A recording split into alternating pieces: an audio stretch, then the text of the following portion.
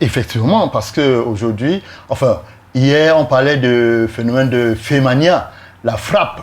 Aujourd'hui, il y a le phénomène des influenceurs. Mais est-ce qu'on ne peut pas contourner, éviter tout cela et choisir le véritable modèle, celui, n'est-ce pas, de la crainte de Dieu et fonctionner tel que cela se doit? Les médias doivent aider.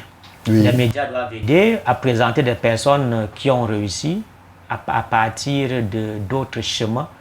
Parce que si aujourd'hui, vous voyez un influenceur qui n'a rien fait d'extraordinaire, juste à montrer son corps, qui présente des grosses richesses, et que c'est ce que les enfants voient dans les médias.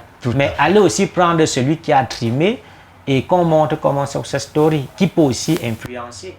Qu'on aille avec ceux qui ont réussi, dans la vraie réussite, même dans les écoles, parler aux enfants. C'était ça. Qu'ils échangent avec ceux-là qui peuvent leur donner espoir vers les voies qui sont des voies saines. Parce que si on n'a pas devant soi quelqu'un qui peut nous rassurer qu'on peut réussir sans passer par ces voies d'influence et autres et tout, on ne verra pas le bon chemin. Tout à fait, parce que faudrait-il qu'il y ait des modèles, de véritables modèles d'identification. Et non ceux qui viendront faire, n'est-ce pas, miroiter, n'est-ce pas, certaines situations ou alors certaines richesses acquises de façon frauduleuse. Oui, ou alors et c'est pourquoi il faudrait que la censure aussi passe, qu'on trouve des moyens pour contrôler. Moi, je ne suis pas un informaticien, mais je me dis qu'à un certain moment, que certains réseaux qui peuvent déranger soient parfois bloqués pour les jeunes de certain âge. Oui. Parce qu'aujourd'hui, il est difficile, même pour un parent, de dire qu'il ne va pas donner le téléphone à un enfant. Lorsque c'est à l'école même qu'on donne les devoirs et on demande de travailler avec un téléphone pour faire la recherche, même le temps de la recherche, il arrive que l'enfant sorte d'abord du côté recherche pour aller regarder autre chose. Tout voilà. à fait. Ce qui fait qu'on ne peut pas contrôler l'enfant vraiment à 100%. Mais cependant, si depuis la base des serveurs, certaines choses sont contrôlées et bloquées, ça ne pourra pas arriver. Parce que quand on a bloqué, par exemple, l'image dans ton décodeur, tu ne peux rien voir. Ok. Oui. Mais une fois que l'image est là, tu peux zapper et puis l'enfant peut aussi zapper, il voit n'importe quoi. Donc tout dépend de ce que ceux qui ont la charge techniquement de gérer ces choses-là peuvent également faire pour aider les familles. Oui, vraiment, nous saurons boucler, n'est-ce pas, ce débat sans, n'est-ce pas, faire un tour, n'est-ce pas, dans le milieu compliqué, la facilité, surtout les jeunes qui baignent dans la facilité. On parlait tantôt des jeux de hasard. Et c'est pas, est-ce que c'est vraiment le chemin qu'il faut suivre? Alors il faut accepter de travailler véritablement, de se mettre ensemble, de s'organiser et de voir ce qu'il y a lieu de faire au quotidien. Au lieu de chercher, n'est-ce pas, vouloir toujours prendre les raccourcis ou alors faire ce qu'il ne faudrait pas faire. On dit que les conséquences parfois enseignent. Ça veut dire qu'il y a des jeunes qui ont essayé et qui ont vu. Aujourd'hui, ils sont mieux placés pour dire à ceux qui veulent essayer que ne partez pas. Et ces jeunes-là, parfois, sont constitués en association, en mouvement dans la société civile et qui peuvent parler aux jeunes. Et je pense que notre environnement, les écoles gagneraient à intégrer des causeries éducatives avec ces genres de jeunes qui viennent leur dire que moi, je prenais la drogue. Moi, j'étais braqueur. J'ai fait la prison. J'ai même perdu un pied. J'ai perdu un œil. Mes parents m'ont déshérité. On m'a fait ceci, autre et tout. J'ai essayé peut-être de prendre la mer. J'ai essayé de voyager. On m'a enfermé au désert.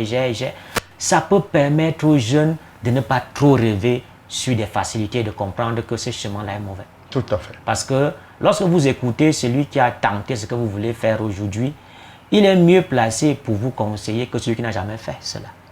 Et je pense qu'on gagnerait à présenter ces jeunes-là. Moi, je vois dans certaines chaînes de télévision où on fait des émissions où on présente ces gens-là. Oui. Pour parler à la jeunesse et dire vraiment, ne regardez pas ce qu'on vient vous présenter. Il y en a qui ont des portefeuilles magiques, d'autres marchent avec les, je ne sais pas trop quoi, et puis ils vont vous montrer que vous faites ceci, vous aurez beaucoup d'argent et autres et tout, alors que c'est du vent. Il faudrait que chacun, ceux qui écoutent, qui sont jeunes, qu'il n'y a pas d'ascension sans difficulté. On ne réussit pas dans la facilité. on réussit dans la difficulté parce que chaque étape qu'on traverse est une école, est un enseignement. C'est pourquoi quand on arrive au bout du compte, le résultat, en fait, on est fier de ce qu'on a pu réaliser parce que on n'a pas échoué, mais on a appris dans le processus et on est beaucoup plus aguerri et prêt à conseiller les autres. Mais imaginez quelqu'un qui n'a fait rien, aucun effort pour réussir. Le jour où on le passe devant vous, on vous dit, bon, dis-nous comment tu as réussi dans la vie. Il n'a rien à dire. C'est ça. Il ne peut pas enseigner. Parce que celui qui enseigne, il enseigne des expériences vécues. Alors, acceptez de vivre vos expériences pour que le jour où vous allez décider d'écrire votre livre, que ce soit un livre, comme on dit, trivialement, de développement personnel. Quand on vous lit, on sent que vous avez vécu et qu'on peut également vous imiter pour devenir quelqu'un dans la vie. Et c'est ça, écrire son livre en lettres d'or et non dans un brouillon. Oui, c'est vrai que nous ne serons sortis de cette causerie ou alors de ce sujet sans parler de ceux qui ont des facilités à détourner de l'argent, beaucoup d'argent, et qui les gardent, on ne sait pas, au lieu même d'investir. C'est encore le drame. Hein? C'est autant de choses. S'ils pouvaient même investir, ça ferait que, bon, peut-être ça pourrait occuper des jeunes. Mais alors, vous voyez, vous prenez tel à tel nombre de milliards, tel à tel nombre de milliards. Est-ce que même un fonctionnaire, s'il venait à gagner 100 000 ou 300 000, 1 million par mois, en un an, ça fait 12 millions. Mais en 10 ans, ça fait 120 millions. Mais comment il peut se retrouver avec des milliards? Emmanuel, comme on dit, l'enfant est le père de l'homme. Si l'enfant est le père de l'homme, allons questionner la vie de cet être lorsqu'il était enfant. Quelles sont les valeurs dans lesquelles il a été éduqué? Ce n'est pas pour encourager, je ne peux même pas encourager le vol, mais c'est de dire, quand on a, on partage, il y a la charité. Il y a cette facilité-là à donner à l'autre parce qu'on grandit et on a même la capacité d'en avoir davantage lorsqu'on partage. Alors, si certains pensent que amasser, même en volant, est un bien et qu'on ne saurait partager avec les autres, c'est à tort. Donc, ceux qui ont la crainte de Dieu déjà ne volent pas. En principe. Maintenant, ceux qui ont peut-être eu, par la grâce ou par les efforts personnels, lorsque vous amassez et que vous ne donnez pas à ceux qui en ont besoin, vous ne fructifiez pas aussi et vous ne permettez pas au ciel de vous donner davantage. Peut-être par le vol. Moi, j'ai côtoyé ceux qui sont devenus riches par leurs propres efforts. Oui. Ils sont toujours en train de partager. C'est exact. Ils sont toujours en train de partager et vous ne voyez pas leur richesse finir. Ça veut dire que certains ont peut-être peur de partager parce que ça va finir. Bon, ça va finir parce que vous n'avez pas eu par la bonne voie. C'est pourquoi vous avez peur de dépenser parce que c'est peut-être un argent qui vient des mauvaises pratiques. Cependant, si vous gagnez honnêtement votre vie, vous gagnez à aider et à soutenir la communauté dans laquelle vous avez vécu. Parce que la communauté vous a donné. Même celui qui vous donnait seulement un bonbon au passage ou un biscuit quand vous étiez petit, il a participé quelque part à faire de vous ce que vous êtes aujourd'hui. C'est pourquoi venir avec une école dans le village n'est pas une mauvaise chose. Venir construire une petite unité de transformation de manière comme en farine, ce n'est pas une mauvaise chose. Tout à fait. Et bien sûr, comment ne pas parler aussi de ceux qui font dans la thésaurisation. Ils ont beaucoup d'argent, mais ils gardent dans les mallettes, dans les chambres, dans les chaussures même, dans les plafonds. Vraiment, c'est pas possible. Qu'est-ce que vous pouvez dire pour attirer aussi l'attention dans ce sens? En fait, c'est des personnes qui ne... Ils ne mettent même pas en banque pour que ça puisse tourner. En fait, lorsqu'on n'a pas... Ils n'ont pas leur propre sécurité. Ça veut dire qu'ils ne se sentent pas en sécurité et ils ont peur de faire grandir l'insécurité lorsque d'autres sauront qu'ils ont de l'argent. Par conséquent, il faut tout faire pour qu'on cache à la maison, que personne ne sache, même ni la banque, ni personne, en espérant que tant qu'on vit, on aura toujours moyen de l'utiliser. Mais, comme on dit, tout finit par finir. Tout finit par finir. Il y a un jour où vous partirez de ce monde sans argent, sans rien, sans vêtements. Tout restera. Alors, tant que vous êtes là, rendez utile ce que vous avez gagné. Permettez que la société se souvienne de vous comme quelqu'un qui a apporté quelque chose. C'est comme ça que votre nom restera dans les annales. Votre nom ne restera jamais dans les annales quand vous êtes déjà quelqu'un qui est un gangster, quand vous êtes un bandit. Parce que celui qui cache, c'est quelqu'un qui est bandit entre guillemets. C'est pourquoi il ne voudrait pas qu'on sache qu'il a des moyens. Oh, merci. Mais alors, comment, n'est-ce pas, résoudre le problème de l'inadéquation formation-emploi aujourd'hui? Bon, pour terminer, je vais dire ce que j'avais déjà dit, Oui. que la répétition étant la mère des sciences. C'est exact. Les responsabilités sont partagées.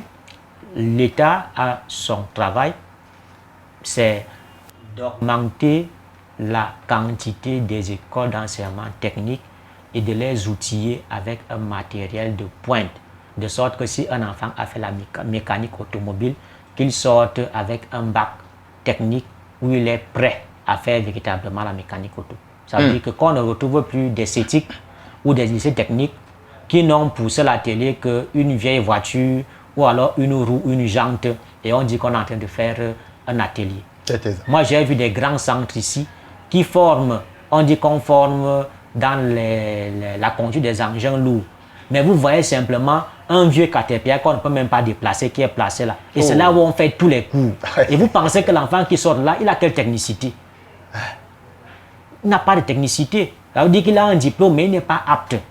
Donc que ces centres-là soient des centres vraiment d'excellence en termes de pratique. De l'autre côté, que les parents se sacrifient un peu d'envoyer les enfants se former professionnellement. Laissez les affaires de doctorat, laissez les affaires de master. Vous voyez aujourd'hui un enfant qui a un doctorat, mais il fait pitié au quartier. Vraiment. Il fait pitié. Moi, j'ai croisé un doctorat, PhD en sciences ou SVT. Ouais. Il est vacataire, il part de Yaoundé pour donner les cours à Obala, où on paye 1000 francs l'heure. Mais entre-temps... Le transport. Voilà, le transport. Ouais. Mais il dit qu'il a le doctorat. Vous voyez? S'il avait fait une formation avant d'aller faire le doctorat, il serait en train de travailler quelque part. Donc, que les enfants fassent la formation professionnelle. 12 mois après le baccalauréat. Peu importe ce qu'ils ont fait, que ce soit un bac général ou un bac technique, qu'ils se spécialisent une fois sortis de l'enseignement secondaire. Ça va les aider à sortir du joug des parents.